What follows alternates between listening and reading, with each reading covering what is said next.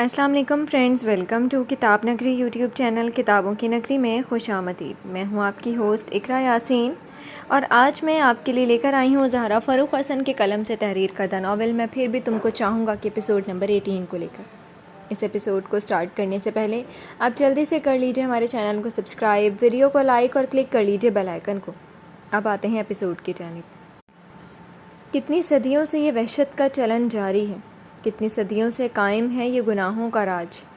کب تلک آنکھ نہ کھولے گا زمانے کا ضمیر، ظلم اور جبر کی یہ ریت چلے گی کب تک۔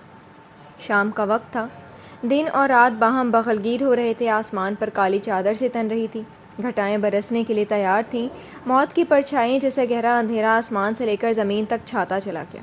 اندھیرے نے ساری سفیدی کو نگل لیا تھا، ٹھیک اسی طرح جیسے ظلم کی سیاہی انصاف کی اجلاہٹ کو نگل رہی تھی۔ پولیس اسٹیشن کے باہر میڈیا والے سے لے کر عام لوگوں کا جھمگٹا جمع ہوا تھا۔ آخر کار کیوں نہیں ہوتا جب حشمت فردوسی پوری تیاری کے ساتھ غازی کے سامنے آ کھڑے ہوئے تھے۔ اجلال خانزادہ نے اپنے ہی بھائی کی بیوی کے ساتھ زیادتی کی تھی، یہ خبر ہر زبان پر تھی۔ ایسی خبروں تو سالوں تک یاد رکھی جاتی ہیں۔ اس کا خلاصہ تو چند دن پہلے ہوا ہے، تو بھلا لوگ کیوں ایسے چٹپٹی خبر کے لیے مزہ لینے کے لیے تیار نہیں ہوں گے؟ میڈیا والے کیمرہ لیے تیار کھڑے تھے، رپورٹرز ایک کے بعد ایک بولتے ہوئے شہر در شہر یہ خبر پخش کر رہے تھے۔ لوگوں کے جھمگٹے میں کچھ خوش تھے، کچھ افسوس میں گھرے، اور کچھ ایسے ہی آ کر کھڑے ہو گئے تھے جنہیں کسی سے کوئی مطلب نہیں ہوتا مگر تماشا دیکھنے میں مزہ آتا ہے۔ غرض یہ کہ سبھی منتظر تھے کہ حشمت فردوسی کے اپنے بھانجے اور پارٹی ورکر کو ایس پی وجدان کے چنگل سے نکال پائیں گے۔ اس بار تو پولیس والے کے ساتھ ظلم ہوا ہے، تو کیا وہ ایک سیاستدان کو چھوڑ دے گا؟ ان سب سے ہٹ کر کچھ ایسا ہی جمع غفیر پولیس اسٹیشن کے اندر بھی تھا۔ حشمت فردوسی، وکلا، کمشنر، پولیس آفیسرز، اور ان کے درمیان تنہا ترین ایس پی وجدان خانزادہ، جو اپنی بقا کے لیے خود ہی جنگ لڑ رہا تھا، پر یہ جنگ پائیدار نہیں تھی۔ ظلمت کی مار بڑی کراری تھی۔ ایس پی وجدان، آپ نے کن ثبوتوں کی بنا پر حشمت صاحب کے پارٹی ورکر کو اریسٹ کیا؟ کمشنر دل ہی دل میں غازی سے شرمندہ تھا، مگر وہ بھی مجبور تھا سامنے کھڑے غازی سے اس طرح کے سوال جواب کرنے پر۔ یہ ملک کا المیہ تھا کہ یہاں ہر بے بس کو دبا دیا جاتا تھا، چاہے وہ عام انسان ہو یا ایک سچا ایماندار پولیس آفیسر۔ یہاں تو جنگ شہر کے رسوختار سیاستداں سے تھی، کہاں تک لڑی جا سکتی تھی؟ اپنی بیوی کے ساتھ زیادتی کرنے کے جرم میں۔ میرے پاس ثبوت ہیں سر۔ غازی آنکھوں میں چنگاری لیے حشمت فردوسی کی طرف دیکھتا سرد اور کاٹدار آواز میں کہہ رہا تھا۔ کمشنر نے اپنی پیشانی ملی، آگے بڑھا۔ مجھے دیکھنے دیں، مجھے بات کرنے دیجیے کمشنر۔ حشمت فردوسی نے ہاتھ اٹھا کر کمشنر کو آگے بولنے سے ہی روک دیا، اور کلف لگی گردن کے ساتھ آگے بڑھے۔ انہوں نے غازی کی آنکھوں میں آنکھیں ڈال کر سرد آواز میں کہا، ایس پی وجدان، اگر میرے بھانجے نے ریپ کیا ہے تو کہاں ہے وہ ریپ وکٹم؟ کہاں ہے اس کی گواہی جس کے بنا پر تم نے اجلال خانزادہ کو اریسٹ کیا ہے؟ وہ غازی کی آنکھوں میں دیکھتے ہوئے جیسے اس کا مذاق اڑا رہے تھے۔ وہ صرف ہونٹ بھینجے بس انہیں دیکھ رہا تھا۔ اس کیس کی سب سے بڑی کمزوری بن گئی تھی شایان کی بزدلی۔ اس کے لاکھ سمجھانے، ڈھیروں دلاسے کے باوجود بھی شایان نے کوئی گواہی نہیں دی۔ وہ کوشش کر رہا تھا، پر آج حشمت فردوسی اپنے وکیلوں کے ہمراہ پولیس اسٹیشن آ کھڑے ہوئے وہ وقت سے پہلے اپنا داؤ کھیل چکے تھے۔ میں خود گواہ ہوں اس جرم کا۔ آپ کے پارٹی ورکر نے میری بیوی کے ساتھ ریپ کیا ہے۔ بہت مشکل تھا سب کے سامنے یہ سب قبول کرنا، پر وہ کڑے ضبط سے گزرتا ان کی آنکھوں میں آنکھیں ڈال کر آگ سے لہجے میں بول رہا تھا۔ اچھا؟ وہ تنزیہ مسکرائے۔ اگر تم گواہ ہو تو اس رات تم کہاں تھے جب تمہاری بیوی کے ساتھ یہ حادثہ ہوا تھا؟ ایس پی وجدان، بتاؤ اس رات تم کہاں تھے؟ انہوں نے غازی کی آنکھوں میں جھانک کر چیلنج کیا تھا کہ اب بچ کر دکھاؤ۔ تم کیسے سچے ثابت ہو سکتے ہو؟ تم کیسے سچ ثابت کر سکتے ہو؟ غازی کے جبڑے بری طرح سے کس گئے، وہ ایک دم سے بپھر کر کھرایا۔ تو سب جانتا ہے حشمت فردوسی، اس رات کی ہر سچائی سے تو باخبر ہے۔ کیا تجھے نہیں معلوم اس رات میں کہاں تھا؟ غازی کا خون ابل اٹھا اس کے غصے سے دھاڑنے پر۔ وہ ہونٹوں پر مسکراہٹ لیے اسے سرد نگاہوں سے دیکھتے ہوئے پرسکون سے کھڑے تھے۔ اس سے پہلے کہ غازی کوئی غلط قدم اٹھا لے، کمشنر آگے بڑھا تھا۔ ایس پی وجدان، آپ کے پاس جو ثبوت ہے وہ بہت کمزور ہے۔ سب سے بڑھ کر آپ کی بیوی ہی گواہی دینے کے لیے تیار نہیں ہے۔ آپ کو پہلے انہیں تیار کرنا چاہیے تھا، پھر کیس کرنا چاہیے تھا۔ ہم کچھ نہیں کر سکتے، اجلال خانزادہ کو ضمانت پر رہا کرنا ہوگا، کمشنر نے کہتے ہوئے حشمت فردوسی کی طرف دیکھا جن کی گردن میں اکڑ آ چکی تھی، پر غازی تڑپ گیا۔ سر، میرے پاس میری وائف کی رپورٹ ہے، ڈاکٹر عافیہ کی گواہی ہے۔ آپ کیسے میرے ساتھ ایسا کر سکتے ہیں؟ اجلال میری بیوی کا نہیں قانون کا بھی مجرم ہے، آپ میرے ساتھ ایسا نہیں کر سکتے۔ اس کے دل و دماغ میں کس قدر حشر برپا تھا وہ بیان نہیں کر سکتا تھا۔ سارے ثبوتوں کے باوجود بھی وہ جھوٹا ثابت ہو رہا تھا اور گنہگار باعزت بری ہو رہے تھے۔ ایم سوری وجدان، پلیز بات کو سمجھو۔ کمشنر نے آگے بڑھ کر نرمی سے اس کے شانے پر ہاتھ رکھ کر اسے سمجھانا چاہا، اسے باور کروانا چاہا فی الحال اسے خاموش ہونا پڑے گا، لیکن قاضی نے تیش سے ان کا ہاتھ جھٹک دیے۔ آپ سب لوگ نہیں سمجھ رہے، میں آپ سب کو بالکل ایسا نہیں کرنے دوں گا، میں کسی کو ایسا نہیں کرنے دوں گا۔ قاضی غصے سے بھر گیا، اس نے کمشنر کا ہاتھ جھٹکا اور حشمت فردوسی کی طرف خونخوار نظروں سے دیکھا، ان کی نگاہوں میں وسیع و مضحکہ خیز مسکراہٹ۔ قاضی اپنا آپ کھو کر چیخا تھا، میں تمہیں ایسا نہیں کرنے دوں گا، میں تمہیں اور تمہارے بھانجے کو یہیں دفنا دوں گا۔ غازی مر جائے گا یا مار ڈالے گا پر اپنی غیرت پر یہ چوٹ نہیں برداشت کرے گا۔ ایک دم سے اس نے اپنی بیلٹ سے لگے ریوالور ہولڈر سے ریوالور نکال کر اپنے ہاتھوں میں اٹھا لی۔ اس کا نشانہ حشمت فردوسی تھا۔ سارے پولیس اسٹیشن میں موت جیسا سناٹا چھا گیا، سب کی سانس تھم گئی پر حشمت فردوسی پرسکون تھے۔ یہ ناول آپ کتاب نگری یوٹیوب چینل پر پڑھ اور سن رہے ہیں۔ بیہیو یور سیلف وجدان، تم ایک ذمہ دار آفیسر ہو، قانون کے بارے میں اچھے سے جانتے ہو تم۔ اس طرح تم قانون ہی صرف نہیں توڑو گے، اپنی جاب سے بھی ہاتھ ہو بیٹھو گے۔ کمشنر نے اسے سمجھانے کی کوشش کرتے ہوئے پیچھے کھڑے ہوئے بھی پولیس آفیسرز کو آنکھوں سے اشارہ دیا تھا۔ ایس پی وجدان کو انتہائی قدم نہ اٹھا لیں، یہ وہ بالکل نہیں چاہتے تھے۔ ایسے آفیسر کی انہیں بہت ضرورت تھی۔ قاضی سے انہیں بہت لگاؤ تھا، وہ اسے برباد ہوتے نہیں دیکھ سکتے تھے۔ ان کے اشارے پر چند پولیس آفیسرز دبے پاؤں آگے بڑھے تھے۔ کوئی بھی آگے بڑھا تو یہیں سب کا کام تمام کر دوں گا۔ وہ چیخا اور پولیس آفیسرز کے قدم رک گئے۔ کمشنر نے پریشانی سے اپنی پیشانی ملی۔ ہمیں مار کر تم پھر بھی کچھ ثابت نہیں کر پاؤ گے وجدان خان زادہ، چلاؤ گولی، تم چلاؤ گولی، میں تمہارے سامنے کھڑا ہوں۔ کمشنر نے ہونٹ بھینچ کر سامنے کھڑے حشمت فردوسی کو دیکھا، وہ یہاں اپنی پالیٹکس کھیل رہا تھا۔ اگر غازی نے ایک بھی گولی چلائی اس کا کریئر ہی نہیں پوری زندگی تباہ ہو جائے گی۔ حشمت فردوسی صاحب، آپ میرے آفیسر سے اس طرح بات نہیں کر سکتے، اسے بھڑکا نہیں سکتے۔ ایس پی وجدان، اٹس مائی آرڈر، گن نیچے کرو اپنی۔ کمشنر نے اس بار سختی سے اس کی طرف دیکھا، غازی کی گرفت اور بھی سخت ہو گئی، آنکھوں میں جیسے خون اترا ہوا تھا۔ ایس پی وجدان، گن نیچے کرو، یہ مت بھولو تم ایک باغیرت مرد ہونے سے پہلے اس شہر کے محافظ ہو، تمہارا فرض لوگوں کی جان بچانا ہے، ان کی جان لینا نہیں۔ تم کبھی نہیں چاہو گے لوگ تمہیں قاتل پکاریں۔ کمشنر پوری سنجیدگی سے بولتے ہوئے اسے کانے کر لینا چاہتا تھا۔ قاضی کی رگیں ابھر رہی تھیں، وہ ضبط اور برداشت کی آخری حدود پر کھڑا تھا اور حشمت فردوسی سینے پر ہاتھ باندھ کر اس کا ضبط آزما رہا تھا۔ ایس پی وجدان، اس پر کمشنر چیخا اور غازی نے پوری قوت سے جبڑے بھینچے، سختی سے جلتی آنکھیں بند کر لیں اور ایک دم سے اس کے ہاتھ پہلو میں گر گئے۔ کمشنر نے سکون کی سانس لی اور حشمت فردوسی کی طرف دیکھا جو مغرور فاتح کی طرح گردن اکڑائے کھڑا تھا۔ ایک بار پھر سچائی پر جھوٹ کی سیاہی نے رنگ جما لیا۔ حشمت فردوسی اجلال خانزادہ کی ضمانت کروا کر اسے پولیس اسٹیشن سے لے کر نکلے تھے۔ پولیس اسٹیشن کے باہر آتے ہی میڈیا والوں نے ان لوگوں کو گھیر لیا۔ ایس پی وجدان نے آپ پر جو الزامات لگائے اس کی کیا سچائی ہے مسٹر اجلال؟ ڈھیروں مائکس اجلال کے سامنے تھے اور سارا شہر اس کے جواب کا منتظر۔ فلیش لائٹس کی جگمگاہٹ میں اجلال خانزادہ کی مکروہ مسکراہٹ کا چہرہ ابھرا۔ اس کیس میں کوئی سچائی نہیں، سچ تو یہ ہے کہ غازی نے بس مجھ سے بدلہ لینے کی کوشش کی ہے۔ اس کی بیوی کیریکٹر لیس تھی اور اس کا سب سے بڑا ثبوت غازی خود ہے۔ جب وہ 8 سال کے شادی شدہ مرد کو پھنسا سکتی ہے تو کسی اور غیر مرد کو کیوں نہیں پھنسا سکتی؟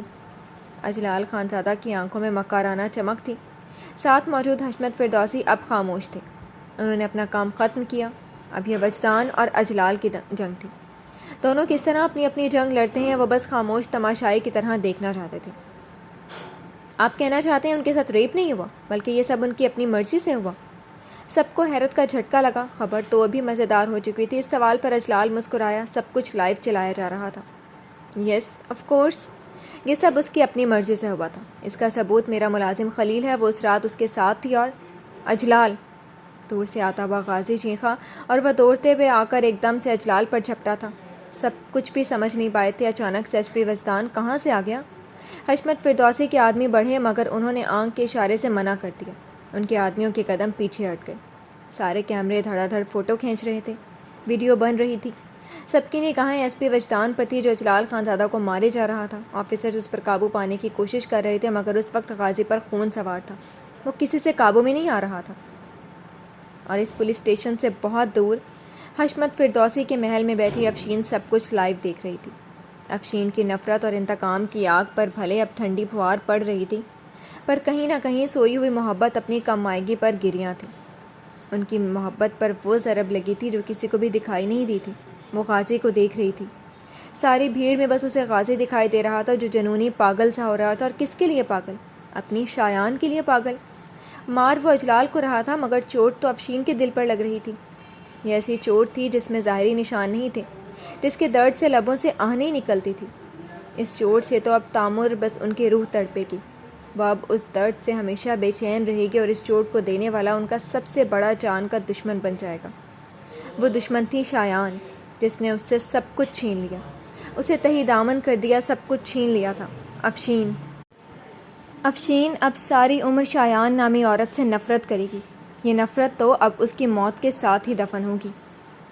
یہ ناول آپ کتاب نگری یوٹیوب چینل پر پڑھ اور سن رہے ہیں۔ نیلے آسمان پر سورج اب اپنے سفر کے لیے تیار تھا۔ دھوپ سرد اور ملائم سی تھی، ہواؤں میں ہلکی ہلکی خنکی خوشگوار سی تھی۔ جب اسی دھوپ میں شانی وجدان کے ہمراہ انہیں باہر تک چھوڑنے کے لیے نکلی تھی۔ آپ شام میں آئیں گے؟ وہ ساتھ چلتے وجدان سے نرمی سے پوچھ رہی تھی۔ باہر نکلتی نرم دھوپ سے ان کی شہابی رنگت دمکنے لگی۔ نہیں، میں اب ڈنر تک ہی آؤں گا۔ تم مرتضیٰ سے کہنا وہ دعا کو لے جائے، یا پھر واسق سے کہہ دینا، پر اس سے کہنا جلدی سے ہیڈ کوارٹر پہنچے۔ انہوں نے مڑ کر ان کا چہرہ دیکھا اور شانی نے بس سر ہلا دیا، پھر انہوں نے ادھر ادھر دیکھا۔ لگتا ہے انو بھی چلی گئی، سادگی سے کہتے ہوئے انہوں نے وجدان کی طرف دیکھا تو وہ ہنس دیے۔ آپ کا بیٹا اسے پریشان کر کے لے گیا ہوگا۔ اسی طرح ہنستے ہوئے وہ اپنی کار کی طرف بڑھ رہے تھے۔ ان کا ڈرائیور گاڑی لے کر آ چکا تھا۔ آپ کی ہنسی مجھے مشکوک کر رہی ہے۔ شانی اب آنکھیں سکیڑ کر انہیں گھور رہی تھی۔ انہوں نے گردن تیرچھی کی اور بھوری آنکھوں کی پتلیوں کو سکیڑا۔ میڈم گائنی، آپ کے بیٹے کو بس میری بیٹی کو بلا وجہ گھورنے پر منع کیا تھا۔ جب دیکھو اسے گھوری دے دیتا ہے۔ بیوی کو اپنے روب میں رکھا ہوا ہے۔ شانی کا دل کیا اپنا یہ سر پیٹ لے۔ کبھی کبھی وجدان جو شرارت پر اترتے ہیں نا، تو یزدان کو بھی نہیں چھوڑتے تھے۔ اللہ وجی، آپ نا ان دونوں کے بیچ اپنی بیٹیوں والا لاڈ پیار لے کر نہ کھڑے ہوا کریں۔ خواہ مخواہ میرے بیٹے کو ظالم ثابت کرنے پر تلے ہیں۔ کب وہ انوں کو گھورتا ہے؟ کتنا پیار کرتا ہے وہ اس سے، بس اس کی شخصیت ہی ایسی ہے۔ مصطفیٰ کے لیے تو وہ پوری دنیا سے لڑنے کھڑی ہو جائے، وہ تو ان کے بیچارے سے شوہر صاحب تھے۔ مجھے نا کبھی کبھی بڑی زبردست والی جلن تمہارے بیٹے سے ہونے لگتی ہے۔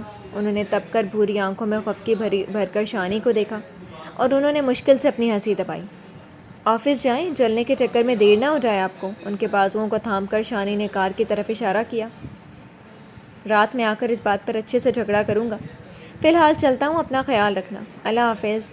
دیر تو انہیں ہو رہی تھی، اس لیے بات پر اٹھا کر انہوں نے پیار سے شانی کی پیشانی چھوئی، اور پھر ہاتھ ہلاتے ہوئے وہ تیزی سے جا کر گاڑی میں بیٹھ گئے۔ شانی وہاں کھڑی ہاتھ ہلاتی رہی تھی جب تک ان کی گاڑی گیٹ سے باہر نہیں نکل گئی تھی۔ وہ اندر آئی تو سعدیہ بیگم اب ٹی وی کے سامنے جا بیٹھی تھیں۔ صبا اور دعا تیار ہونے چلی گئی تھی۔ مرتضیٰ اور واسق ایک طرف بیٹھے اپنی باتوں میں لگے تھے۔ شانی ان دونوں کو دیکھ کر مسکرائیں۔ بچپن کے ساتھ ہی ان دونوں کی دوستی ایسی تھی کہ لوگ ان دونوں کو ایک دوسرے کا بھائی سمجھتے تھے۔ وہ بھی ادھر ہی چلی آئی۔ وجدان چلا گیا؟ سعدیہ بیگم نے سرسری سا پوچھا، اور انہوں نے ہاں میں سر ہلا دیا۔ اپنی بڑی بہو کو روک لیتی تم، اب اکیلے کیا کیا کرو گی تم؟ سعدیہ بیگم نے ایک بار پھر اپنے اسی انداز میں کہہ کر شانی کی طرف دیکھا۔ مرتضیٰ اور واسق بھی متوجہ ہو گئے۔ ابھی تو کوئی خاص کام نہیں ہے، بس لسٹ وغیرہ بنانی ہے۔ آپ ہیں نا، مدد کر دیں مما جان۔ ہم کیا کیا تیاری کریں، مجھے تو سمجھ میں ہی نہیں آ رہا۔ نرمی سے بولتے ہوئے وہ ایک دم سے گھبرائی ہوئی سے نظر آنے لگی۔ وہی معصوم سی گھبرائی ہوئی شایان سعدیہ بیگم دل ہی دل میں مسکرائی۔ تم فکر مت کرو، میں ہوں نا، سب سمجھا دوں گی۔ آخر میرے پوتے کا ولیمہ ہے، خوب دھوم سے کروں گی۔ سعدیہ بیگم تو آج اپنے مزاج کے برخلاف لگ رہی تھی۔ شانی نے خوشی سے ان کی طرف دیکھا۔ تبدیلی دیر سے صحیح پر خوشگوار تھی۔ یہ تمہاری دادی جی ایک دم سے اتنی چینج کیسے ہو گئی؟ واسق کو ابھی حیرت سی ہو رہی تھی۔ مرتضیٰ کے کان میں گھس کر اس نے سرگوشی کی۔ یہ سب اپنا کمال ہے، بندے کی شان ہی ایسی ہے۔ مرتضیٰ نے فخر سے اپنے کالر کھڑے کی، اور واسق نے سر سے پاؤں تک اسے گھورا۔ یہ منہ اور مسور کی دال، پہلے بھی تم ادھر ہی رہتے تھے، مجھے تو بات کچھ اور لگتی ہے۔ ناک چڑھا کر اس نے سعدیہ بیگم کی طرف دیکھا جو اب بھی بول رہی تھی۔ اگر یزدان مان گیا ہوتا تو میری خوشی دگنی ہو جاتی۔ خیر میں پھر بھی بہت خوش ہوں۔ جب سے یہاں آئی ہوں نا، یزدان کو دیکھ دیکھ کر میرا دل سکون پاتا جا رہا ہے۔ اس کی وجہ سے یہ چلتی زبان والا چھوٹا بھی اچھا لگنے لگا ہے۔ وہ شانے سے بولتے ہوئے بہت مسرور سی ہو رہی تھیں۔ ساتھ ہی جس طرح مرتضیٰ کو گھور کر دیکھا، مرتضیٰ کا منہ بنا اور واسق بے ساختہ ہنستا چلا گیا۔ یہ آپ کا نہیں، بڑے بھائی جی کا چینجنگ کا اثر ہے میرے بچے۔ ہنستے ہوئے واسق نے مرتضیٰ کو چڑھاتے ہوئے آہستہ سے کہا۔ شانی نے پیار بھری نگاہ داماد پر ڈالی۔ بہت دنوں بعد واسق اپنے اصلی رنگ میں دکھا تھا۔ ان کے لیے واسق مرتضیٰ سے کم نہیں تھا۔ واسق، تم شام کو ادھر ہی آ جانا، بلکہ ایسا کرو اب ولیمے تک یہیں رہو۔ ان کی آواز محبت سے گندھی ہوئی تھی۔ وہ تو بولتی ہی میٹھا تھی۔ اس وقت تو خوشی کے احساس سے شیرینی سے کھلی ہوئی تھی۔ اوکے ماما جی، میں آ جاؤں گا شام کو، پر رہنے نہیں۔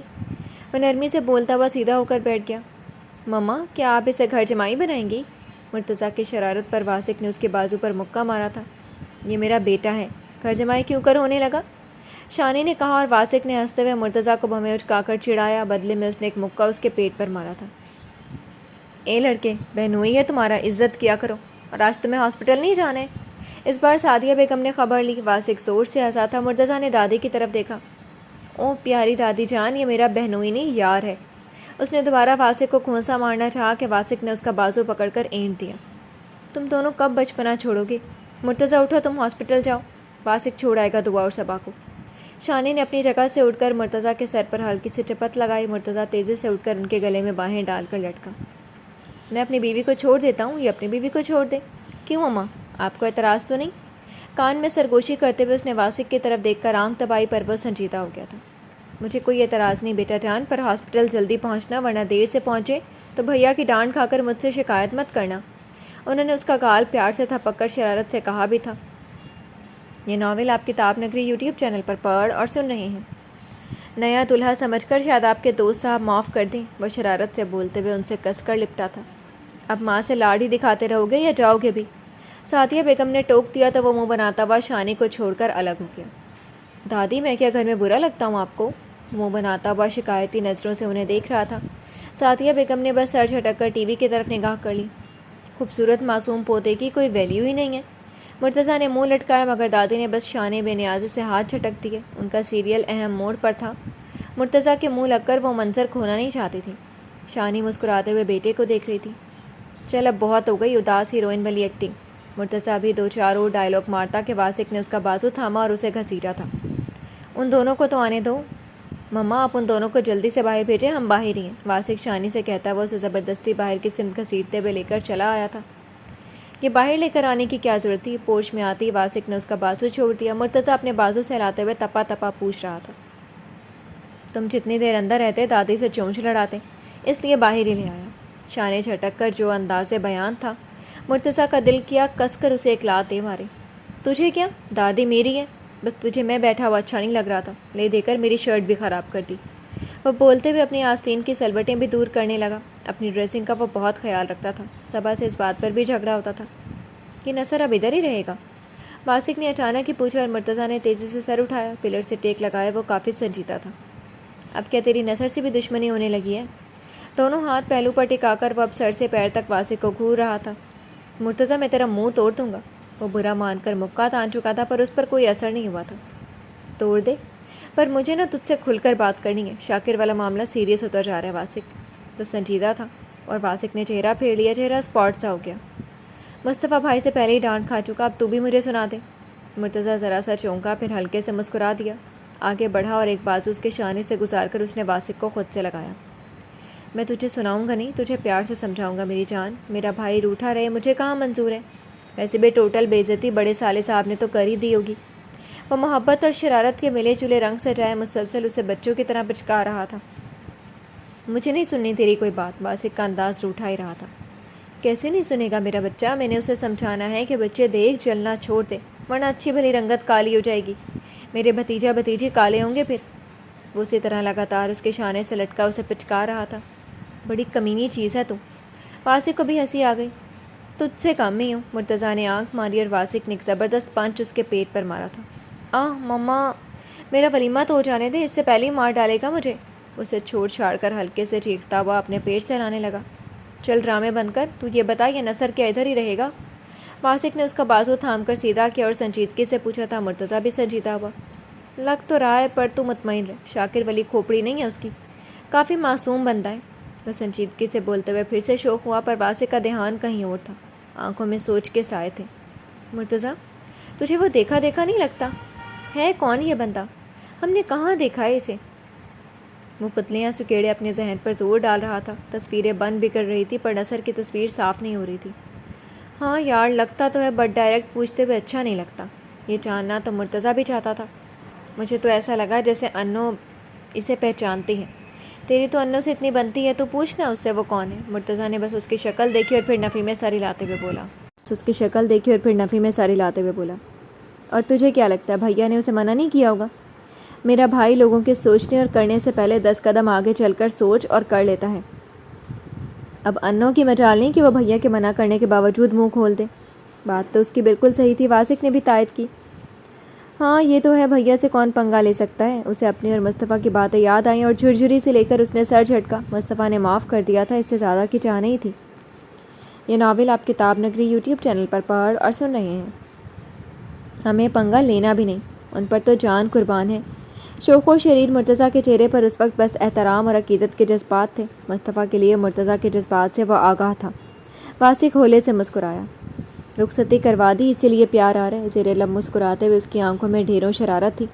وہ مرتضیٰ کے لیے ایسا ہی تھا، سب سے بھلے ناراض ہو سکتا تھا مگر مرتضیٰ سے نہیں۔ جی نہیں، یہ میں بچپن سے سوچتا آ رہا ہوں، قدرت نے موقع دیا نا تو انشاءاللہ پیچھے نہیں ہٹوں گا۔ مرتضیٰ نے برا مانا تو واسق پھر بھی مسکراتے ہوئے چھیڑ رہا تھا، اور اپنی چڑیل کو کس کے بھروسے چھوڑو گے؟ اس کا اشارہ صبا کی طرف تھا۔ تو سنبھال لینا۔ مرتضیٰ کے جواب پر واسق کی ساری مسکراہٹ سمٹ گئی۔ استغفر اللہ، شرم کرو تم۔ وہ ناراض ہوا اور مرتضیٰ زور سے ہنس دیا۔ مذاق تھا یار، ابھی تو انشاءاللہ رخصتی ہوئی ہے۔ اب دیکھنا بہت جلد پپا کہنے والے لے آؤں گا، دیکھنا تیرے سر پر چڑھ کر تجھے نکچڑا پھپھا پھپھا کہہ کر چڑھائے گا۔ واسق کے کاندھے پر دونوں بازوؤں کا ہلکا بنا کر وہ چہکا، اور تمہیں بیٹھ کر آرام سے سب کو پالنا، مجھ سے امید مت رکھنا۔ دونوں نے ہی مڑ کر جواب دینے والے کی طرف دیکھا۔ صبا نے آخری 2 جملے سن لیے تھے اور جلی بھنی سی وہ ان دونوں کے قریب آ رہی تھی۔ دعا نے واسق کو دیکھا اور اس نے دعا کو۔ دونوں کی آنکھوں میں ایک دوسرے امید پر تو دنیا قائم ہے میڈم صبا۔ وہ ذرا سا بدمزہ نہیں ہوا تھا، بلکہ آنکھوں میں ڈھیروں چمک لی۔ اس نے صبا کی طرف دیکھا تھا۔ عام دنوں کی سادگی کی بجائے وہ ہلکی پھلکی تیاری میں بہت ہی خوبصورت لگ رہی تھی۔ اس کی آنکھیں چمک گئیں۔ چھوٹے بھیا راستے میں دیکھ لیجیے گا، ہمیں دیر ہو رہی ہے۔ دعا اسے چھیڑتی ہوئی جا کر اس کی کار کی بیک سیٹ کھول کر بیٹھ گئی۔ صبا نے بھی اس کی ہمراہی بیک سیٹ سنبھال لی۔ تو دعا کو چھوڑنے نہیں جائے گا؟ مرتضیٰ نے کار میں بیٹھ چکی دعا کی طرف دیکھا اور پھر سنجیدہ ہو گئے واسق کی طرف۔ معاملہ کیا تھا وہ الجھا۔ نہیں، مجھے ڈیوٹی کے لیے دیر ہو گئی ہے۔ انا تو واسق میں کوٹ کوٹ کر بھری ہوئی تھی۔ وہ پہل کرنے کے لیے بالکل تیار نہیں تھا۔ تھپڑ اس نے مارا تھا، وہ معافی مانگے گی، مگر بجائے معافی کے وہ اور بھی اکڑ گئی تھی۔ یہ بات واسق کے غصے کو اور بھی بڑھا رہی تھی۔ وہ تیزی سے اپنی کار تک گیا اور منٹوں میں اس کی کار گیٹ سے باہر تھی۔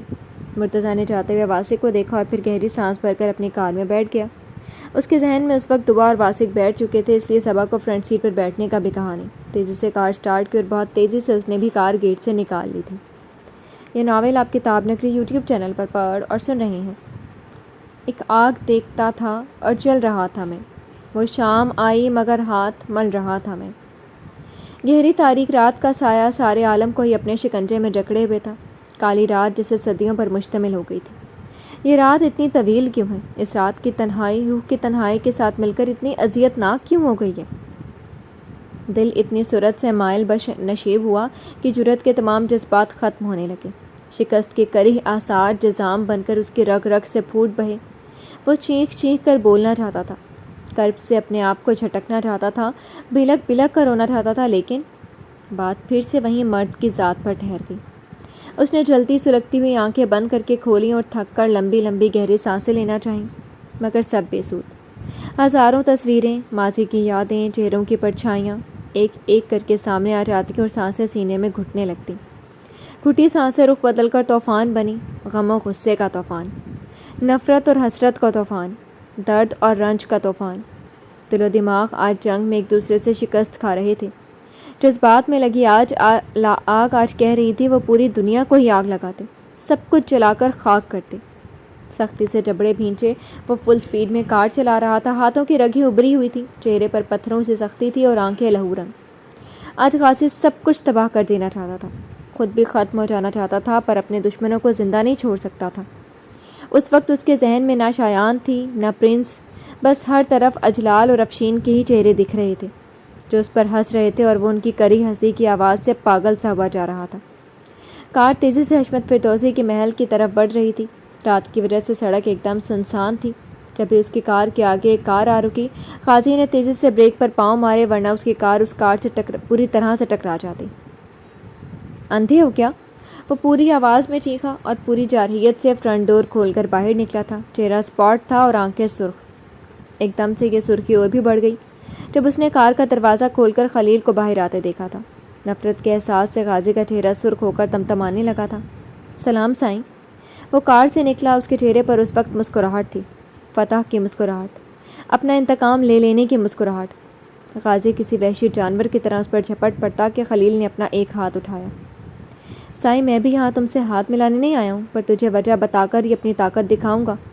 کیوں سائیں؟ تمہیں بھی تو جاننا ہوگا کہ تیرے وفادار نوکر نے تجھے کیوں کر دھوکہ دے دیا۔ اس کی آنکھوں میں انتقام کے الاؤ سے جل رہے تھے اور غازی کی آنکھوں میں نفرت کے شعلے۔ مجھے نہیں معلوم تھا، میں نے آستین میں سانپ پالا ہوا تھا جو مجھے ہی ڈس لے گا۔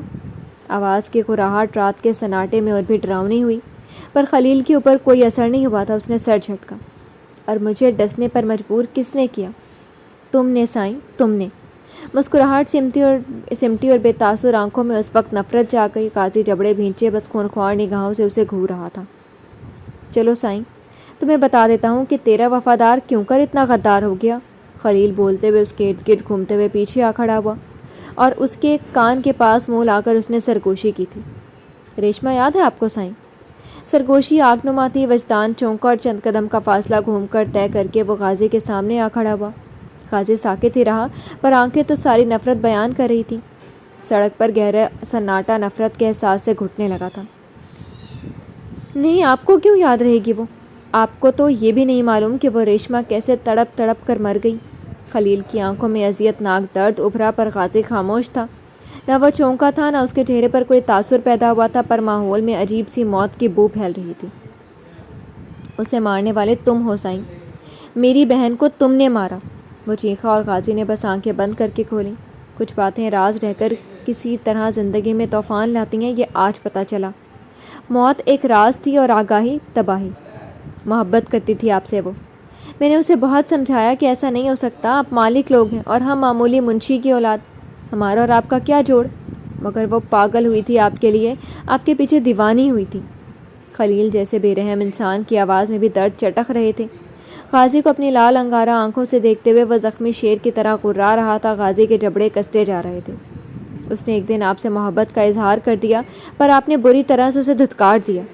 میری بہن کا دل ٹوٹ گیا، اس کی جینے کی تمنا ہی ختم ہو گئی، اور ایک دن اس نے خودکشی کر لی۔ یاد ہے اس کی موت سائیں؟ خلیل کی آنکھوں میں پھر سے وہی سرد موری چھا گئی، پھر سے وہ پتھر بن گیا، چہرہ ہر قسم کے جذبات سے عاری ہو گیا۔ اس دن سے ہی میری وفاداری آپ کے لیے ختم ہو گئی۔ میں نے اجلال خانزادہ سے وفاداری باندھ لی۔ وہ زہر خند مسکرایا اور غازی کا دل کیا ایک بار ضرور اس پر ہنسے، مگر وہ خاموش رہا، بالکل خاموش۔ مجھے اب بس آپ سے انتقام لینا تھا سائیں، اور ایک دن میرے انتقام کی آگ بری طرح بھڑک گئی جب آپ کی زندگی میں ایک ملازمہ کے آنے کی خبر سنی تھی۔ غازی کی آنکھوں میں رہ رہ کر شعلے بھڑک رہے تھے۔ اس کی حیثیت تو بھی تو کوئی نہیں تھی، پھر کیسے آپ نے اس سے محبت کر لی؟ یہ آگ اور بھڑک گئی جب میں نے سنا آپ نے اس سے نکاح تک کر لیا، اور تب میں نے سوچا تھا میں اپنی بہن کی موت کا بدلہ وجدان خانزادہ کی عزت کو ذلیل کر کے لوں گا، اور دیکھ لیں ایس پی وجدان ایک نوکر کا بدلہ۔ اپنے دونوں ہاتھ پھیلا کر اس نے مسکراتے ہوئے جیسے غازی کا مذاق اڑایا تھا۔ غازی کچھ دیر اسے چپتی نگاہوں سے دیکھتا رہا تھا، پھر سر جھٹک کر استہزائیہ مسکرایا۔ بول چکا تو، اب میری سن، وہ خلیل کی آنکھوں میں دیکھتے ہوئے عجیب سے لہجے میں غرایا، اور خلیل کی مسکراہٹ سمٹی۔ وہ تو غازی کو اسی درد سے آشنا کروانا چاہتا تھا جو درد اس نے جھیلا تھا۔ پھر یہ مسکراہٹ کیوں؟ یہ اکڑ کیوں؟ بھلے تیری بہن مجھ سے محبت کر بیٹھی تھی، مگر اس کی موت کی وجہ میں کبھی نہیں رہا۔ غازی کی آنکھوں میں اتنی ٹھنڈک تھی کہ خلیل جیسے شخص کو وہ ٹھنڈک کاٹ گئی تھی۔ بتاؤں تجھے کون ہے تیری بہن کی موت کا ذمہ دار؟ تو نہیں جانتا، تو بے خبر ہے، اور میں آج تجھے آگاہ کروں گا، کیونکہ ایک بار تو آگاہ ہوا نا تو ہر روز آگاہی کے عذاب سے جلے گا۔ اس کی آنکھوں میں آنکھیں ڈال کر وہ ٹھہر ٹھہر کر بول رہا تھا۔ ایک پل کو خلیل کا سانس ڈوبا۔ اس کی خودکشی کی وجہ میری محبت نہیں، لوٹی ہوئی عزت تھی۔ تیری بہن کی عزت روندی گئی تھی، اور کس نے کیا یہ سب؟ وہ تھما۔ ادھر خلیل کو فضاؤں میں آکسیجن کی کمی محسوس ہونے لگی تھی، سانس لینے میں دقت سی ہوئی۔ تیری بہن کی عزت اسی نے لوٹی جو تیرا وہی مالک ہے جس کے تو تلوے چاٹتا ہے۔ آگہی واقعی عذاب تھی، اور اس عذاب سے خلیل کا پورا جسم ایک پل کو شل ہوا تھا۔ قاضی سکون سے پیچھے ہٹا، پر آنکھوں کی سرخی کم نہیں ہوئی تھی۔ خلیل کی آنکھیں بھی لہو رنگ ہو رہی تھیں، اس کے دل و دماغ بہت کچھ ایک ساتھ چلنے لگا تھا، اور اسی وقت اس نے جو فیصلہ کیا اور پھر بولا تو آواز سرد سے سرد تر تھی۔ ایس پی وجدان، تو جھوٹ بول رہے ہیں، مجھے معلوم ہے تو صرف میرے مالک کے خلاف ہے، میں سب پر یقین کر لوں گا مگر تجھ پر نہیں، میں تجھے اور تیرے سارے خاندان کو برباد کر دوں گا۔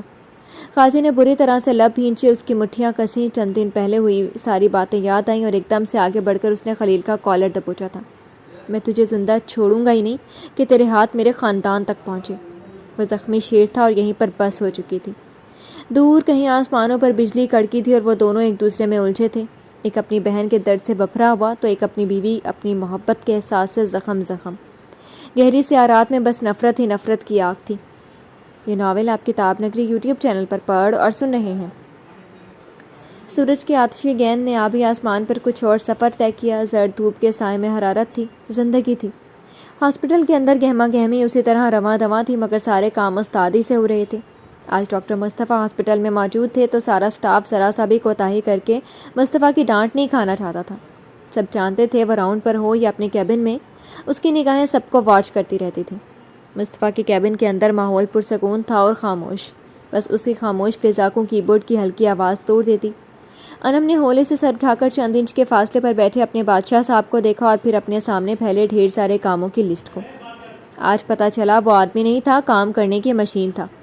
جب سے ہاسپٹل آیا تھا بس کام ہی کام، کبھی کچھ تو کبھی کچھ۔ یہیں تک خیر نہیں تھی، ساتھ میں اسے بھی ڈھیروں کام سونپ دیے گئے تھے، یہ کرو وہ کرو۔ مسلسل لیپ ٹاپ کی طرف دیکھتے ہوئے اس کی گردن میں درد ہونے لگا تھا، انگلیاں الگ تھک رہی تھیں، بیٹھے بیٹھے ٹانگیں اکڑ گئی تھیں۔ اپنے جیسا سمجھا ہے نا مجھے، میں تو یہ سوچ کر آئی تھی بادشاہ صاحب رومانٹک باتیں کریں گے، پر مجھے کیا معلوم تھا کہ مجھے ڈھیروں کام لے دے کر سونپ دیں گے۔ وہ مسلسل سوچتے ہوئے یزدان کو دیکھتے ہوئے طرح طرح منہ کے زاویے بنا بگاڑ رہی تھی۔ بن گئی فائل؟ اس نے ذرا کی ذرا سی ابرو اٹھا کر خود کو طرح طرح منہ بنا کر دیکھتی انم کو دیکھا۔ منہ درست کرو اپنا، اس نے روب سے ڈپٹا اور انم نے تیزی سے منہ درست کر لیا۔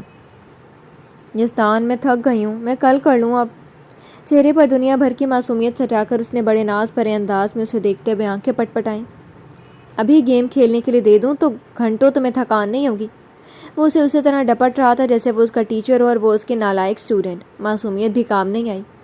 یزدان، میں اتنے کام نہیں کر سکتی۔ اس بار شکل رونی سے بنائی، پر مجال ہے جو اس کے بادشاہ صاحب کی پیشانی کے بل کم ہو۔ تم میری اسسٹنٹ ہو، تمہیں اتنا ہی کام کرنا ہے، مجھے فالتو بیٹھے لوگ پسند نہیں ہیں۔ اس بار اس کی طرف دیکھنے سے پرہیز ہی کیا تھا اس نے۔ تیزی سے کچھ لکھتے ہوئے وہ بہت مصروف تھا، چند مجرموں کی ڈیٹیل جمع کرتے ہوئے اس نے انم کو ہاسپٹل کے چند کام دے دیے تھے۔ اتنی دیر سے کام کیے جا رہی ہوں، لے دے کر مجھے ورک وائف بنا دیا اور کہہ رہے ہیں کہ مجھے فالتو بیٹھے لوگ بالکل نہیں پسند۔ وہ مسلسل بولتے ہوئے کام بھی کر رہی تھی، پر انداز ڈھیلا تھا اور اس کی باتوں سے اپنے کام کے دوران یزدان کو وہ باتیں مجھے زیادہ بولنے والے لوگ بھی نہیں پسند۔ دل میں بھلے وہ اس کی باتوں سے محسوس ہو رہا تھا، پر چہرے پر وہی سنجیدگی طاری تھی جو اس کے مزاج کا خاصا تھی۔ میں لوگ نہیں، آپ کی بیوی ہوں، وہ بھی جانے عزیز، جانے دل، عاشق جنونی ہیں آپ میرے۔ یہ شاید آپ بھول رہے ہیں۔ اس نے لیپ ٹاپ پرے کیا اور کرسی گھما کر وہ سیدھے سیدھے اسے دیکھتے ہوئے تیکھی چتون کر کے ناک چڑھا چکی تھی۔ تو کیا، سر پر مت چڑھو، کام کے وقت میں سارے رشتے پرے رکھ دیتا ہوں۔ اس نے بھی ذرا کی ذرا گردن سیدھی کی اور اتنی زبردست گھوری دی کہ انم کی ساری بہادری ہوا ہو گئی۔ تیزی سے کرسی گھما کر لیپ ٹاپ اپنی طرف کھینچا اور لگی پھر سے کھٹ کھٹ کر کے کیز دبانے۔ یزدان نے مسکراہٹ دبائی اور پھر سے اس نے مانیٹر کی طرف دیکھا اور موبائل پر شاکر کو چند میسج سینڈ کیے۔ لوگ یوں ہی آپ کو کھڑوس نہیں کہتے ہیں، اسی لیے بیچارہ میرا بابو بھیا مرتضیٰ شکایت کرتا رہتا ہے، کتنا ڈانٹتے ہیں اسے، اور اب میری باری ہے۔ ہائے، کیا سوچ کر آئی تھی اور بادشاہ صاحب نے کیا کر ڈالا ہے۔ وہ بہت دھیمی آواز میں بڑبڑا رہی تھی جو اس کے کان میں ہی بہت مشکل سے جا رہی تھی، پر یزدان تک پہنچ گئی۔ میں سب سن رہا ہوں۔ انم نے جھٹکے سے گردن موڑی۔ آپ کے کان بہت تیز ہیں۔ حیرت سے کالی آنکھوں کے ساتھ منہ بھی کھلا اور یزدان نے تیزی سے نگاہ پھیری۔ وہ قتل کرنے کے ہر ہتھیار سے آراستہ ہے۔ جتنی دیر میں تم بک بک کرتی ہو اتنی دیر میں بہت سے کام ہو جایا کریں۔ موبائل پر ٹائپ کرتے ہوئے اس نے دانستاً اس کی طرف نہیں دیکھا تھا۔ انم نے پھر سے منہ کا زاویہ بنایا۔ یزدان نے ابرو اٹھائی۔ جتنی دیر میں بک بک کرتی ہو، منہ بنا کر ناک چڑھاتی ہو، اتنی دیر میں تمہارا کام ہو جایا کرے۔ موبائل رکھ کر اس نے ایک بار پھر آستینیں پیچھے کی اور پھر سے اس نے بورڈ پر چند کیز دبائی تھی۔ انم نے جلدی سے اپنا منہ سیدھا کر لیا۔ اچھا پلیز کچھ کھانے کے لیے تو منگوا دیں، میں نے ناشتہ بھی بہت کم کیا تھا۔ اتنے پیار سے فرمائش کی کہ بس اس پر جھول جانے کی دیر تھی۔ یزدان نے تیزی سے گردن موڑی۔ اب نیا مطالبہ۔ مجھے بھوک لگ رہی ہے۔ معصوم چہرے پر اور بھی معصومیت سجا کر محترمہ نے دونوں ہاتھ آگے بڑھا دیے تاکہ وہ تھام لے۔ تم نے 1.5 پراٹھا کھایا، ایک پورا آملیٹ اور آدھا گلاس ایپل جوس۔ اپنی طرف بلاتے ہاتھوں کو اس نے باری باری سمیٹ کر لیپ ٹاپ پر رکھ دیا اور انم کی آنکھیں ہی پوری کھل گئیں۔ یزدان، آپ سچ مچ جین ہیں، اور یہ کہ آپ میرے کھانے پینے کا حساب لیں گے؟ ساری حیرت پرے کر کے برا مان کر کہا گیا۔ اس نے ہاتھ بڑھا کر اس کے گال پر چپت لگائی۔ نو، میں بس بتا رہا تھا جس حساب سے کھایا ہے، ابھی سب پیٹ میں ہے۔ اب بڑبڑ بند کرو، کام کرو۔ اچھے سے اس کے پھولے پھولے گال پر چپت لگا کر اسی ہاتھ سے اس کا جبڑا جکڑ کر چہرہ لیپ ٹاپ کی طرف کر دیا اور ہاتھ ہٹا کر پھر سے اپنے کام میں مصروف ہو گیا۔ یزدان، میرے پاؤں بہت درد کرنے لگے ہیں۔ مشکل سے 2 منٹ ہی گزرے ہوں گے کہ پھر سے ایک نئی فریاد شروع ہو گئی۔ یزدان نے اپنے ہونٹوں سے سانس خارج کر کے اس کی طرف دیکھا۔ اگر وہ اس کی کمزوری نہیں ہوتی تو وہ اب تک اتنا ڈسٹرب کرنے پر اسے اٹھا کر باہر ہی پھینک دیتا۔ سچی میرے پاؤں درد کرنے لگے ہیں۔ میں ٹہل ٹہل کر کام کرتی ہوں، آپ نے کب سے مجھے بٹھایا ہوا ہے؟ میں ایک راؤنڈ لگا کر آؤں؟ بولتے بولتے اس نے چہک کر دروازے کی طرف اشارہ کیا جس کا لاک صرف وہی کھول سکتا تھا۔ نہیں، اس نے کہہ کر انم کے پیروں کی طرف دیکھا۔ سینڈل سے پاؤں آزاد تھے۔ اس نے اس کے دونوں پاؤں کھینچ کر اٹھائے اور اپنی ٹانگوں پر رکھ لیا۔ اب ٹھیک؟ دبا بھی دے۔ وہ پہلے حیران ہوئی، پھر خوشی سے جھوم ہی اٹھی۔ بادشاہ صاحب اتنی اہمیت دے رہے تھے، کوئی چھوٹی موٹی بات تھوڑی نہ تھی۔ میں اتنا بھی زن مرید نہیں ہے، اس نے بھویں سکیڑ کر گھورا۔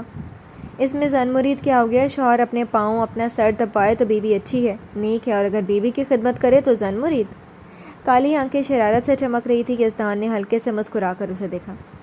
زیادہ نسوانیت کے حق کی جانشین مت بنو، کبھی کوئی پرابلم ہوگی تو میں سب کر دوں گا، فی الحال تمہارے پاس صرف بہانے ہیں۔ صرف کہا نہیں تھا، اس کے پاؤں کی انگلی ہلکے سے کھینچی۔ ہائے اللہ! چوٹ ہلکی تھی مگر انم کے منہ سے چینخ نکلی۔ بہت تیزی سے اس کی گود سے پاؤں ہٹانے چاہے پر اب گرفت سے آزادی حاصل نہیں ہو سکتی تھی۔ درد گیا؟ وہ ہونٹ گول مول کرتا اسے دیکھ رہا تھا۔ میرے پاؤں چھوڑیں، بہت ظالم ہیں آپ۔ ہائے، میں مر گئی۔ درد اتنا نہیں تھا جتنا اس نے واویلا مچا کر اپنے پاؤں چھڑانے چاہے۔ کوئی مری وری نہیں ہو تم، سیدھے سے آدھے گھنٹے میں سارے کام مکمل کر کے مجھے دو، ہمیں جلدی نکلنا ہے۔ وہ اپنی ہنسی دباتا روب سے بولا۔ کاش میں باہر آتی ہی نہیں۔ ناراضگی کا اظہار کرتے ہوئے اس نے پاؤں اس کی ٹانگوں سے ہٹا لیے۔ لیکن نہیں نا، یہ دل ہے کہ مانتا نہیں، ذرا سا جو ناراضگی برداشت نہیں ہے آپ کی۔ وہ لیپ ٹاپ پر کام کرتے ہوئے لگاتار بڑبڑاتے ہوئے اسے ہنسنے پر مجبور کر رہی تھی۔ یزدان نے اب خود پر حیرت کرنی چھوڑ دی تھی۔ انم واحد وہ ہستی تھی جس کی ہر بات پر وہ برداشت کر سکتا تھا۔ وہ بھی ہنسی خوشی، دل تو اس کی ذات کا اسیر ہو چکا تھا۔ اس نے ایک دم سے ہاتھ بڑھا کر اسے کرسی سمیت اپنی جانب کھینچا تھا۔ اتنی ناراض کیوں ہوتی ہیں؟ اور ذرا فرصت تو ملنے دو، عشق کے دریا میں بھی ڈوب لیں گے۔ تو دہکتے لبوں نے کان میں سرگوشی کی اور انم کی ساری تیزی سارے خفقی بھگ سے اڑ گئی، گال سرخ ہوئے۔ تمہاری خوشبو میری سانسوں کا ذریعہ بن چکی ہے۔ وہ قریب ہو اور اس کی مسحور کن خوشبو سے بہکائے نہیں، ایسا کبھی ہو نہیں سکتا تھا۔ یزدان کے ہونٹوں کو وہ اپنی گردن پر محسوس کر رہی تھی۔ یزدان، شاکر کالنگ ہو رہی ہے۔ اس نے موبائل ٹیبل سے اٹھا کر اسے دکھایا اور یزدان نے گہری سانس لے کر اسے چھوڑ دیا۔ ہمیشہ میرے رومانس کے بیچ اسے ہی انٹری کرنی ہوتی ہے۔ وہ ہلکے سے بڑبڑایا اور اپنی سانسیں درست کرتی انم ہولے سے ہنستی۔ یزدان نے بس اسے دیکھا اور کال پک اپ کر کے بس اتنا کہا، آ جاؤ، وہ بولا، اور انم نے ایک بار اسے تیزی سے گردن موڑ کر دیوار کی طرف دیکھا تھا۔ وہی خفیہ راستہ جس سے یزدان اندر آتا جاتا تھا، وہاں سے سر سے پیر تک کالے لباس میں ملبوس وہ اندر آیا تھا۔ سر سے کالا ہیلمٹ اتارتے ہوئے شاکر مسکرایا اور انم نے بس ایک گہری سانس لی۔ السلام علیکم۔ سلام کرتے ہوئے وہ اندر آیا اور یزدان نے مسکرا کر جواب دیا۔ پھر وہ انم سے مخاطب ہوا، انو، تم تھک گئی ہو نا؟ جاؤ ایک راؤنڈ لگاؤ، یا ایسا کرو مرتضیٰ کے پاس چلی جاؤ۔ بڑے پیار سے کہتے ہوئے اسے بھگایا جا رہا تھا۔ وہ آہستہ سے اٹھی۔ راؤنڈ لگا کر کتنی دیر میں آؤں؟ وہ مصنوعی سنجیدگی سے بولی۔ شاکر نے بے ساختہ اپنی ناک کھجلا کر اپنی مسکراہٹ دبائی اور یزدان نے بس اسے گھورا۔ میں تو بس پوچھ رہی تھی۔ زبردست گھوری پر وہ بس ہلکے سے منمنائی۔ مرتضیٰ سے کہنا لنچ کا آرڈر دے دیں، ساتھ ہی لنچ کریں گے، اوکے؟ اس نے نرمی سے کہا تو وہ سر ہلاتی ہوئی بہت تیزی سے ڈور کی جانب بڑھی تھی۔ یزدان نے تیزی سے لاک کھولا اور جب تک وہ نکل نہیں گئی وہ دونوں خاموش ہی رہے تھے۔ تو کیا رہی رپورٹ؟ ڈور پھر سے لاک کر کے اس نے شاکر کو اپنے سامنے بیٹھنے کا اشارہ دیا۔ وہ ہیلمٹ وہیں ٹیبل پر رکھ کر بیٹھ گیا۔ کچھ ہی دیر میں وہ دھیرے دھیرے بولتا یزدان کو ساری رپورٹ دے رہا تھا اور وہ غور سے سنتے ہوئے بہت سے لائے عمل اپنے دماغ میں تیار کر چکا تھا۔ یہ ناول آپ کتاب نگری یوٹیوب چینل پر پڑھ اور سن رہی ہیں۔ دھوپ کی تمتماہٹ سے اجلال مینشن کی عمارت روشن تھی۔ اسی تمتماتی دھوپ میں اجلال مینشن میں ایک کار آ کر رکی تھی۔ ڈرائیور تیزی سے اترا۔ اس نے بڑھ کر تیزی سے بیک ڈور کھولا تھا۔ سعدیہ بیگم آہستہ سے اتریں اور انہوں نے ڈرائیور کو جانے کا اشارہ کیا، پھر ان کے قدم آہستہ آہستہ اندر کی جانب بڑھ گئے۔ انہی قدموں سے وہ اندر آئی تھی۔ افشین انہی کے انتظار میں لیونگ میں بیٹھی ہوئی تھی۔ انہیں اندر آتے دیکھا تو ان کے چہرے پر مسکراہٹ آ گئی۔ السلام علیکم پھپھو۔ جیسے انہیں اندر آتے دیکھا تو اپنی جگہ سے اٹھ کر سلام کیا اور بڑھ کر ان کے گلے لگ گئی۔ وعلیکم السلام، کیسی ہو افشی؟ انہوں نے پیار سے اس کا سر تھپتھپایا۔ ٹھیک ہی ہوں۔ وہ ان سے الگ ہو کر پھیکا سا مسکرائی۔ سعدیہ بیگم کو یہ مسکراہٹ دکھی کر گئی۔ جس گھر سے ابھی آئی تھی وہاں ایک عورت تھی جس کے چہرے پر سچی مسکراہٹیں سجی ہوئی تھیں، اور اس عالیشان گھر میں ان کی بھانجی۔ انہوں نے ایک سرد سانس لی۔ انسان جو بوتا ہے وہی کاٹتا ہے، سعدیہ بیگم نے افسوس سے سوچا، پھر سر جھٹک دیا۔ اجلال گھر پر نہیں ہے؟ انہوں نے چاروں طرف نظر دوڑائی۔ آئی تھی تو بیٹے سے بھی ملنے کو دل مچل گیا۔ نہیں، گھر پر ہی ہیں، پر بزی ہیں، آہستہ سے بتا کر انہوں نے سعدیہ بیگم کا ہاتھ تھاما۔ اب ان کا رخ صوفوں کی طرف تھا۔ آپ بتائیں، سب کیسے ہیں؟ میرا مطلب یزدان کیسا ہے؟ افشین سب کا حال پوچھتے ہوئے ایک دم سے گڑبڑائی۔ سعدیہ بیگم نے بھی نظر انداز کر دیا۔ سبھی خیریت سے ہیں، اور اپنا یزدان تو بہت ہی ٹھیک۔ کیا کہوں افشین، پہلی بار یزدان کو دیکھ کر دل میں سکون سا اتر گیا ہے۔ برسوں بعد خوش دکھا ہے۔ افشین غور سے ان کا چہرہ دیکھ رہی تھی، جن کے چہرے پر سکون سا تھا۔ پہلی بار ان میں بدلاؤ سا نظر آ رہا تھا۔ شایان کی بھانجی کے ساتھ خوش ہے؟ آواز شکستہ بھی تھی اور چپتی ہوئی بھی۔ سعدیہ بیگم سنجیدہ ہوئی، غور سے افشین کو دیکھا۔ حسد و نفرت پھیکی ہوئی تھی پر میٹھی نہیں تھی۔ انہوں نے آج ایک دم سے ایک فیصلہ کیا جو برسوں سے کرنے میں ناکامیاب تھی۔ افشین، تم مجھے اپنی ماں جیسے سمجھتی ہو نا؟ انہوں نے سنجیدہ ہو کر افشین کا ہاتھ تھاما۔ ایک آپ کا ہی رشتہ بچا ہے میرے پاس پھپھو، جسے میں اپنا کہہ سکتی ہوں۔ افشین کے ہونٹوں پر افسردہ سے مسکراہٹ تھی اور آنکھوں میں ماضی کی کوئی ٹوٹی کرچیوں کی چبھن۔ تو تم سے اس بار ایک ماں کی طرح کچھ مانگ رہی ہوں، دو گی نا مجھے؟ افشین بس ساکت سی انہیں دیکھ رہی تھی۔ سعدیہ بیگم نے آہستہ آہستہ بولنا شروع کیا۔ سب بھول جاؤ افشین، وجدان نے اس دن صحیح کہا تھا، سارے خسارے تمہاری ذات کے لیے لکھے جا چکے ہیں، اور کتنے خسارے اٹھاؤ گی؟ وہ بولی اور افشین کا چہرہ دھواں دھواں ہونے لگا۔ سعدیہ بیگم بس بول رہی تھی، مان لو افشین کہ نفرت اور انتقام کی جنگ میں بس تمہارا دامن چلا ہے، کھویا تو صرف تم نے ہے۔ انہوں نے انہیں حقیقت سے روشناس کراتے ہوئے اب بہت کچھ بچانے کی سوچ لی تھی۔ افشین نے ان کا ہاتھ چھوڑ دیا۔ یہی تو برداشت نہیں ہوتا پھپھو، یہی تو برداشت نہیں ہوتا۔ آپ جانتی تھیں نا میں کتنی شدت سے محبت کرتی تھی آپ کے غازی سے، اور اس نے میری محبت کو ہی دغا دے دیا۔ ٹوٹی ہوئی افشین کی آواز میں کتنے زخموں کا درد تھا، تڑپ تھی، آہیں چیخ رہی تھی۔ تمہیں بتاؤں کیوں اس نے تم سے دغا کیا؟ وہ بولی اور افشین نے بس انہیں دیکھا۔ جب تم غازی سے محبت کر بیٹھی اور پھر جب اسے زبردستی اپنی طرف کھینچا نا، تو میں اسی دن سمجھ گئی تھی یہ زبردستی کی محبت ایک دن اپنا رنگ ضرور دکھلائے گی۔ افشین کے کانوں میں بس زبردستی کی محبت کی باز گشت ٹھہر گئی کہ درد ہر درد پر بھاری تھا۔ سعدیہ بیگم بولتی جا رہی تھی، کیونکہ مجھے معلوم تھا وجدان کا آئیڈیل بااعتماد لڑکی ہے مگر بے باک نہیں۔ وجدان کو بے دھڑک بولنا پسند تھا مگر بدتمیزی سے نہیں، خوبصورتی پسند تھی مگر نمائش کرنے والی نہیں۔ انہوں نے تو آج افشین کے زخموں پر نمک چھڑک دیا تھا۔ وہ درد سے بلبلا کر ہلکے سے چیخی۔ پھپھو، سعدیہ بیگم جانتی تھی سچائی ان سے برداشت نہیں ہوگی، مگر اب سب کہنا ضروری تھا۔ وہ سرد لہجے میں بولتی رہی، تو میری بھانجی ہو افشین، میں تمہارے ہر رنگ سے واقف ہوں۔ بھلے وہ وجدان تمہاری زندگی میں آنے والا پہلا مرد تھا، پر تم ایک آزاد تتلی تھی، اس میں تمہارا کوئی قصور بھی نہیں تھا۔ تمہاری تربیت، تمہارا ماحول ہی وہی تھا۔ افشین کی آنکھیں گلابی سی پڑنے لگیں۔ مگر وجدان کا نہیں، تم سے شادی کر کے وہ کتنے دن خوش رہا، یاد کرو، کتنے دن۔ یہ اس کی شرافت ہی تھی کہ اس نے تم سے تمہاری خامیوں کے باوجود بھی محبت کا بھرم رکھا، یزدان کے لیے ہر موڑ پر ساتھ نبھایا۔ انہوں نے سانس لی اور ادھر افشین دم سادھے سب سن رہی تھی۔ اور پھر شایان تم دونوں کے درمیان آ گئی، معصوم سی لڑکی، ڈرپوک سی مگر باحیا، نیک دل اور کردار کی دولت سے مالا مال۔ وجدان جیسے مرد اپنی بیویوں میں ایسی، لیکن یہ اس کی شرافت تھی کہ اس لڑکی سے بے انتہا محبت کرنے کے باوجود بھی وہ اس سے شادی نہیں کرنا چاہتا تھا، اور میں جانتی ہوں وہ ایسا ہی کرتا۔ سب صحیح ہوتا، تمہارا گھر بھی بسا رہتا شایان کہ وہ شادی بھی کروا دیتا، مگر تمہاری فطرت نے تمہیں ڈس لیا۔ ان کی آنکھوں میں کوئی طنز نہیں تھا بلکہ ایک درد تھا۔ یہ درد تھا اپنی بھانجی کی بربادی کا، یہ درد تھا اپنے بیٹے کا، یہ درد تھا وجدان کا۔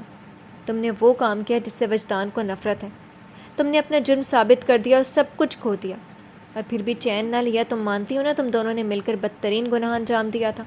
افشین کا چہرہ دھواں دھواں تھا اور آنکھوں میں گلابی پن، عجیب سونی سی ہوئی جا رہی تھی وہ آنکھیں۔ یہ ناول آپ کتاب نگری یوٹیوب چینل پر پڑھ اور سن رہی ہیں۔ میرا یہ سب کہنے کا مطلب یہ نہیں ہے کہ میں تمہیں تمہارا جرم یاد دلانے آئی ہوں۔ میں کیا کسی کو جرم یاد دلاؤں گی جب میں خود ہی مجرم ہوں؟ میرا بیٹا گنہگار ہے۔ انہوں نے ایک دم سے بھیگتی آنکھیں صاف کیں۔ سب کے سامنے کبھی بھی اعتراف نہ کرنے والی سعدیہ بیگم بس ایک اپنی بھانجی پر ہی کھلتی تھی، کیونکہ دونوں کے کام بھی تو ایک جیسے ہی تھے۔ انہوں نے اپنی بھیگی پلکیں صاف کی اور پھر سے بولی، افشین، میں نے تمہارے بیٹے کو سالوں بعد زندہ ہوتے دیکھا ہے، اسے پھر سے ہنستے مسکراتے دیکھا ہے۔ ایک بار پھر اس کی آنکھوں میں وہ نرمی دیکھی ہے جو ہمارے پرنس کی آنکھوں میں تھی۔ اب اس کے ساتھ کوئی کھیل نہیں کھیلنا۔ وہ آہستہ آہستہ بولتے ہوئے بڑی آس سے بھانجی کی طرف دیکھ رہی تھی۔ افشین نے بس نگاہیں چرائیں۔ پھپھو، اپنے بیٹے کو یہ بات سمجھائیں تو زیادہ اچھا رہے گا۔ سرد و اسپاٹ آواز۔ میں اسے نہیں سمجھا سکتی کیونکہ میں جانتی ہوں کہ گناہوں نے اس کا دل سیاہ کر دیا ہے۔ میں سب سے التجا کر کے صرف اسے بچا سکتی ہوں، مگر سمجھا نہیں سکتی۔ انہوں نے صوفے سے پشت لگا کر چھت پر لگے جگمگ کرتے فانوس کی طرف دیکھا۔ مجھے اپنی کوتاہیوں کا علم ہے۔ مجھے یہ بھی قبول ہے کہ میں اجلال کی محبت میں اندھی ہوں۔ میرے پاس یہ حوصلہ نہیں اسے مرتے دیکھ لوں، لیکن میں یہ جانتی ہوں کہ اب تم ہی اجلال کو اور بھی گناہ سے روک سکتی ہو۔ ان کی آواز میں بہت سے دکھ درد بول رہے تھے۔ کون کہہ سکتا ہے وہ وہی کڑک سی بات بات پر طنز کرتی سعدیہ بیگم تھی، پر افشین کے سامنے وہ ایسی ہی تھی اور افشین ان کے سامنے ٹوٹی پھوٹی۔ پھپھو، آپ کا بیٹا اب کسی کے روکے سے رک نہیں سکتا۔ وہ یزدان کو کہاں خوش دیکھ سکتا ہے؟ افشین نے بے بسی سے ان کی طرف دیکھا تھا۔ تم ماں ہو اس کی، تم نہیں چاہتی وہ خوش رہے؟ ایک دم سے ان کی آواز تیز ہوئی۔ کون کس کو خوش نہیں دیکھنا چاہتا ماما جان؟ کمشنر نے کچھ کہہ دیا کیا؟ اجلال خانزادہ بولتے ہوئے آ رہے تھے۔ سعدیہ بیگم تیزی سے سیدھی ہوئی اور افشین بھی سنبھل گئی۔ سلام تو کر لو، ماں آئی اور پہلے بیچارے وجی کی فکر پڑ گئی۔ انہوں نے اپنے اسی سخت انداز میں بیٹے کو ڈانٹا اور اجلال ہنستے ہوئے ان کے پاس ہی بیٹھ گئے۔ السلام علیکم ماما جان، کیسی ہیں آپ؟ میں بہت یاد کر رہا تھا آپ کو۔ پاس بیٹھ کر انہوں نے ان کے گلے میں باہیں بھی ڈال دیں۔ افشین اب خاموشی سے اندر آتی اریبہ اور عائزہ کو دیکھ رہی تھی۔ یاد آتی ہے اور ماں سے ملنے کی فرصت ہی نہیں ہے، انہوں نے بیٹے سے شکایت کی۔ آپ کو معلوم ہے میں وہاں نہیں آ سکتا۔ اجلال خانزادہ مسکرا کر سیدھے بیٹھ گئے۔ ہاں دادی۔ اریبہ ہاتھ ہلاتے ان کے قریب آ گئے۔ عائزہ نے وہ تکلف بھی نہیں کیا۔ اس کے منہ سے تو ہائے ہی نکل گئی، پر تمہیں تو دادی سے بولنے کی وہ بھی توفیق نہیں ہوئی۔ باپ کے ساتھ لگ کر بیٹھ گئی اریبہ کو دیکھا اور سب سے الگ تھلگ بیٹھ گئی عائزہ پر انہوں نے بھرپور طنز کیا تھا۔ ہیلو دادی۔ دادی کے طنز پر بڑی نزاکت سے کہہ کر اس نے ٹانگ پر ٹانگ چڑھا لی۔ اسکرٹ اور ٹاپ میں وہ ماڈل بنی ہوئی تھی۔ انہوں نے ایک دم سے اس کا اور انم کا موازنہ کیا تھا۔ پھر انہوں نے پہلی بار عائزہ پر لعنت بھیجی تھی۔ ان کے باکردار شرافت کا مجسمہ پوتے کے ساتھ وہ بھلا کیوں کر جچتی؟ تم دونوں لباس تو ڈھنگ کے پہنا کرو۔ عائزہ اور اریبہ نے ناگواری سے ناک چڑھائی۔ دادی شروع ہو گئی تھی۔ رہنے دے مما جان، ان کی اپنی مرضی ہے۔ اجلال خانزادہ نے پاس بیٹھے اریبہ کا بنتا منہ دیکھ کر انہیں ٹوک دیا۔ افشین البتہ خاموش تھی۔ کچھ دیر پہلے ہوئی باتوں کے اثر سے دل عجیب سا ہو رہا تھا۔ یہ کیسی مرضی ہے؟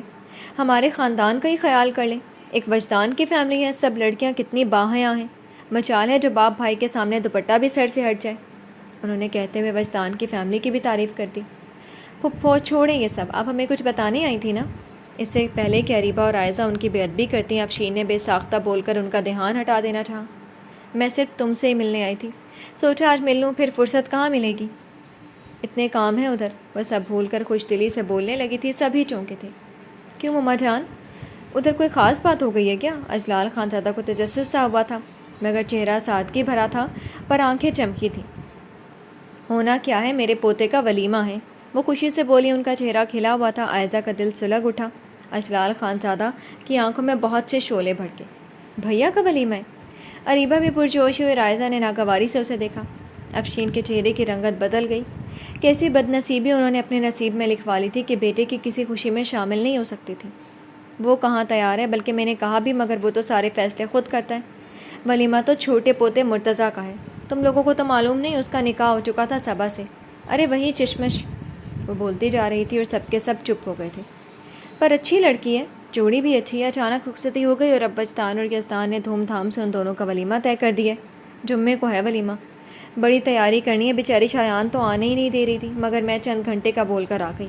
وہ خوشی خوشی بولتی جا رہی تھی، یہ دیکھے بنا کہ انہوں نے اپنی باتوں سے اریبہ پر پہاڑ توڑ دیا تھا۔ وہ شاکڈ سی ان کی شکل دیکھ رہی تھی۔ جی تو فرینڈس، کیسی لگی آپ کو آج کی ایپیسوڈ؟ کمنٹ سیکشن میں ضرور بتائیے گا. پھر حاضر ہوں گے ناول کے نیکسٹ ایپیسوڈ کے ساتھ. تب تک کے لیے اجازت دیجیے. شکریہ. اللہ حافظ.